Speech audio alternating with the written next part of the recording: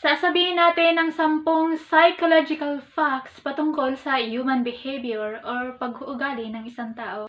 Number 1, mas nagiging honest ang isang tao kapag ito ay pagod.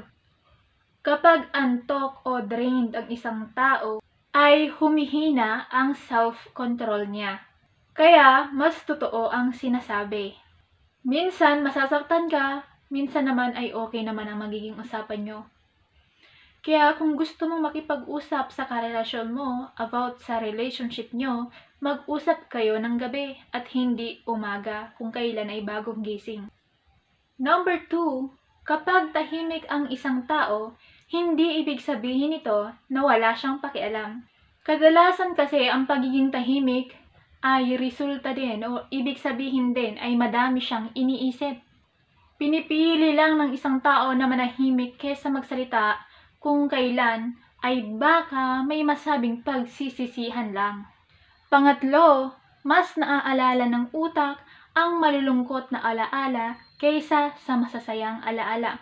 Meron yung word na sinasabi na mas naaalala ng isang tao ang 20 years na nakalipas kung kailan siya nilait kaysa doon sa mga araw o kahapon lang na pinuri siya.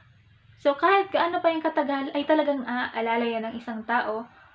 Kaya, dapat maingat sa pagsasalita. Ito ay tinatawag na survival instinct, kung saan gusto ng utak na maalala mo yung sakit na naramdaman mo para maiwasan mo ulit. Kahit na talagang nakaka-depress na maalala ito.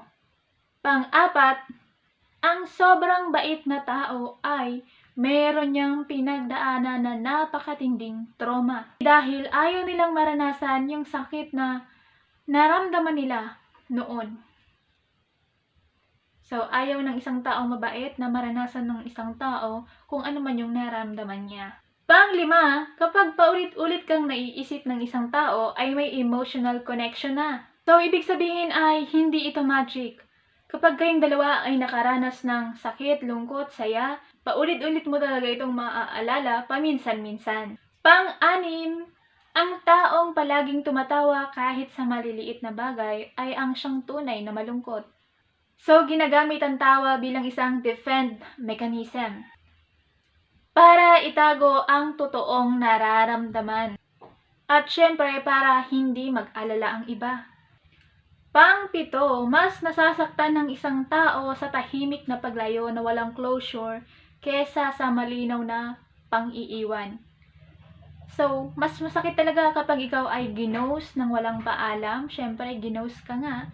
O nakipag-break sa'yo na hindi mo alam na break na pala kayo. O bigla ka nalang iniwan sa ere. Yun talaga ang sobrang sakit. Talagang mapapatanong ka, ano nga ba ang mali ko?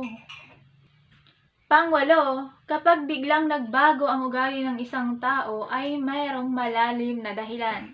Ibig sabihin nito, may napagtanto siyang ugali niya, may napagtanto siyang sa bagong pagkatao niya na dapat ay ganito pala talaga ako, dapat hindi ako ganito. So, bigla talagang may nagbabago, biglang nagiging mabait, biglang nagiging masungit. So, ganun. Depende yan sa kung gaano kahirap at kung gaano kadali ang pinagdadaanan. Pang-9, ang isang tao ay nahuhumaling sa isang taong hindi niya makuha-kuha. Ito ay tinatawag na scarcity effect.